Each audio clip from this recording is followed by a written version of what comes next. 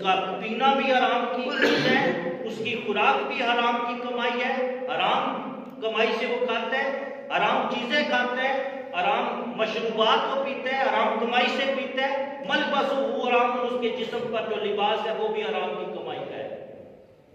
غذیہ بالحرام ہے، اس کو حرام کے لباس اس نے پہنا، اس کا بدن حرام سے پلا ہوا ہے، وہ حرام کھا کھا کر اس کے جسم پر رش کیا ہوا ہے۔ حضور نے فرمایا ایسا مسافر بھی سفر میں ہو اللہ اس کی دعا قبول نہیں کرتا۔ فَأَنَّ يُسْتَجَابُ لَهُ بِذَلِكَ، اللہ کو کیا پڑی ہے کہ وہ اس کی دعا قبول کرے؟